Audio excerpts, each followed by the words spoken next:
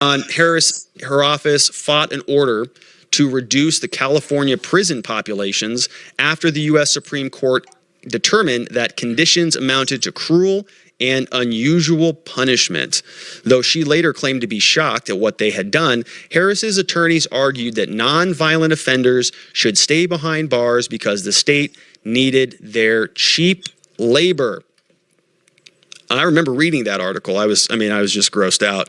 You know, this is a woman who on the debate stages said a lot about being bussed in, about growing up as an African American, a minority, somebody who was sort of the victim of oppression and sort of ties it back to the historical remnants of slavery and all of that.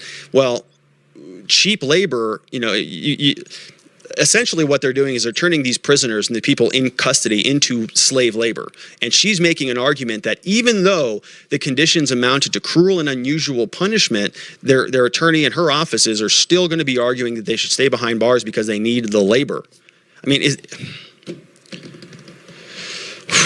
it's mind-blowing to me that she was actually kind of picked to be his candidate, especially in light of what we're seeing now. I'm not real sure that it was a good move for the Biden administration. Now, she is going to backpedal, massively.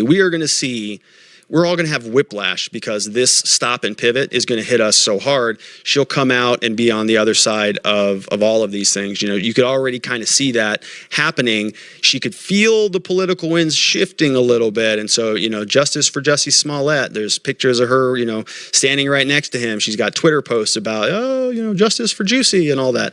And so it's not good, but she's going to continue to make that pivot.